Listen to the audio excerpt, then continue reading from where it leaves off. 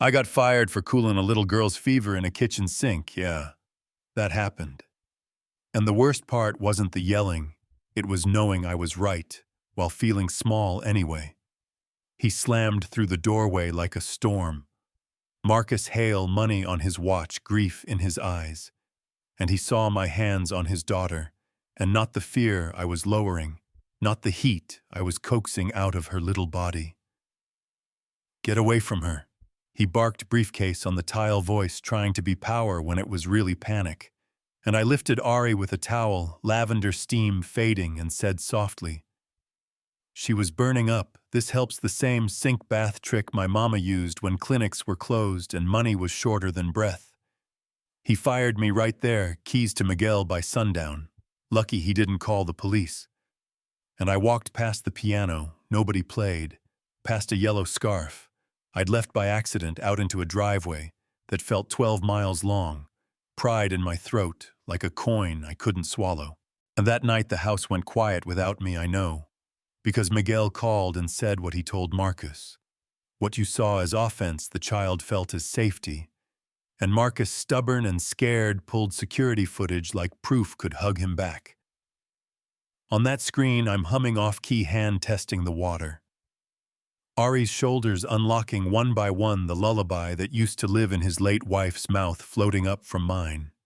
And shame came for him like a cousin of grief does not. Loud, just heavy. Morning came, and so did Marcus on my grandmother's porch with a brown paper bag and eyes like he hadn't slept. "I came to return your scarf," he said. And then the sentence men like him don't practice enough, and to say I'm sorry. I didn't throw it back in his face, but I didn't make it easy either. I named the words he used, the ones that stung. I told him what it costs to be treated like danger when you're the one doing the saving. And then I set terms, because forgiveness isn't free and trust has paperwork. If I come back, it's Ari's caregiver and pediatric aide in writing with benefits and boundaries, and you help me finish what I started. Nursing school tuition covered, not charity investment. He didn't blink. "Done," he said, and for once the money in the room felt like a tool, not a weapon. I showed up Tuesday at 8 a.m., because front doors change how a house breathes. Ari shot around the corner in socks, yelling my name, and I told Marcus we weren't going back. We were beginning again.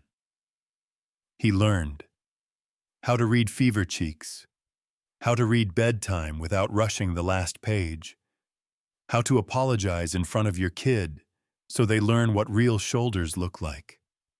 And the rooms that used to echo found soup on the stove and pancake batter on the ceiling, laughter where silence had taken root.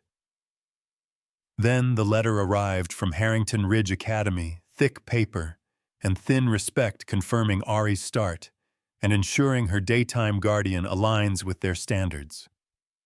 You know what I mean? Polite code is still code. And I asked him straight, "Do you want me to step back?" And he said, "Absolutely not." So we made a decision. First day, we walk in as a unit. That driveway judged us before my foot hit the curb, pearls and loafers and cologne that costs rent.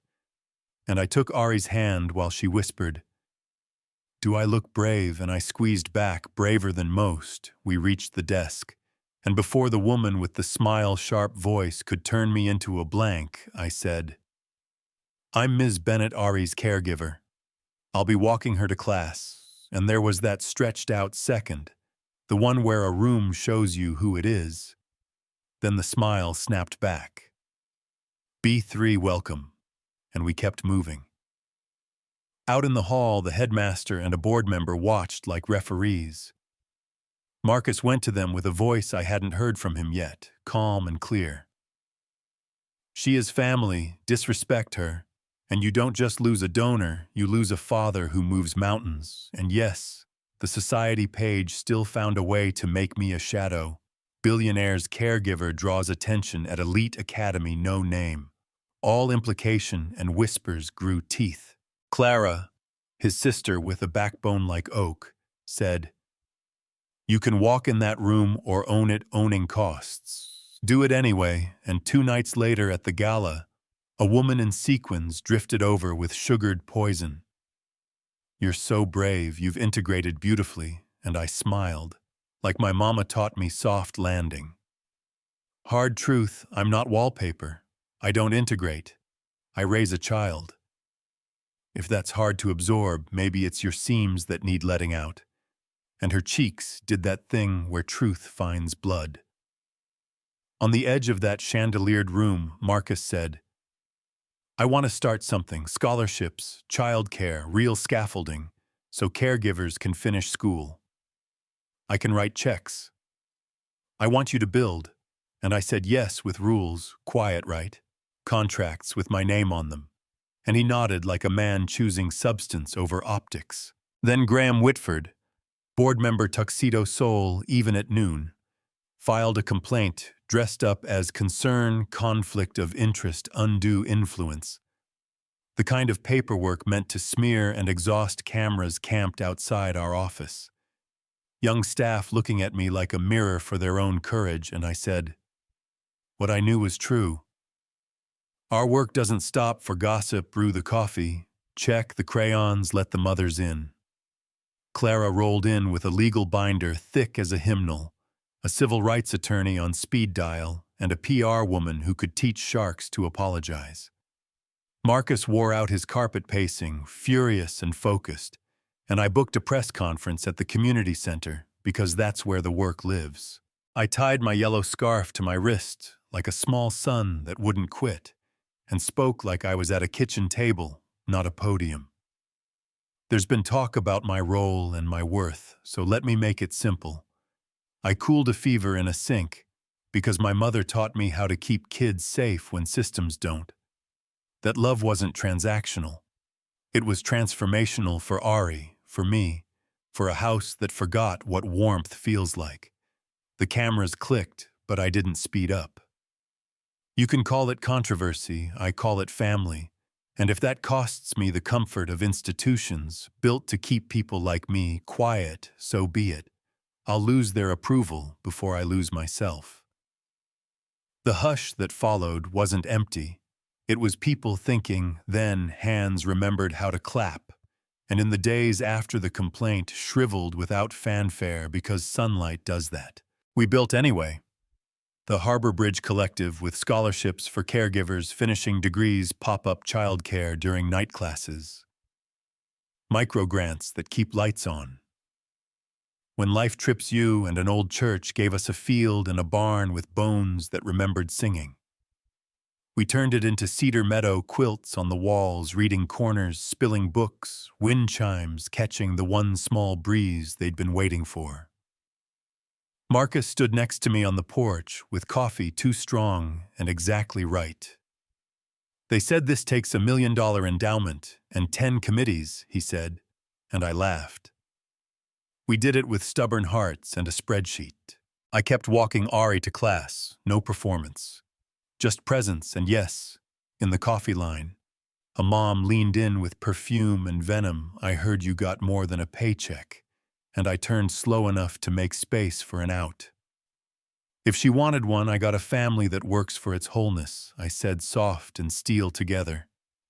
I hope you get the same, and if that stung, maybe it needed to. Invitations came that didn't feel like scraps. A regional talk about equity with rent due, then a policy summit in D.C., where rules get carved into people's lives. And I told them I'd sit at the table if the mothers could sit with me, lived experience centered, not tokenized. On that stage, I said the sentence that's lived in my bones since the kitchen. Policy without humanity is paperwork. And after a senator asked me to advise on early childhood reform, I said yes, with the same condition, put the real voices in the room. Or I'm just props, and I don't do props. Winning isn't all confetti. It's also a call from a cousin you haven't seen since a funeral, asking for help for her pregnant daughter. It's a flight to a town that smells like your childhood, and telling a scared girl she doesn't have to shrink to be safe. It's standing at your father's grave with a letter where he calls you a force of nature and laying it in his pocket so you can lay some weight down too. It's Ari tugging my sleeve at bedtime. Mimi, are you sad they were mean? And me saying, sometimes, baby, but I'm not here to be liked. I'm here to be light. If you want a bow, I don't have one. The Monday after our ribbon cuttings, the Academy sent a policy about non-parent guardians at public events, committee language with soft edges and hard intentions. I read it, replied, schedule me for the next board meeting. I prefer conversations where folks look each other in the eye, and the next morning I walked Ari in anyway. The headmaster tried on a careful voice, Ms. Bennett, about the policy. And I didn't make him finish, headmaster.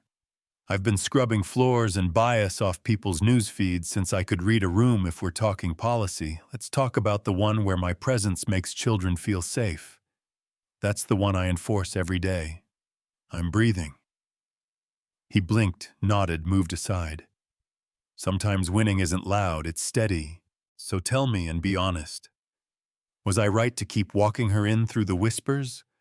Or should I have stepped back to keep the peace? Where's the line between protection and prejudice, between help and hero, between policy and people? Drop your city, take your own story. If you have one, I'll be in the comments listening, because that's where change starts, not in marble rooms, but right here with voices that refuse to dim.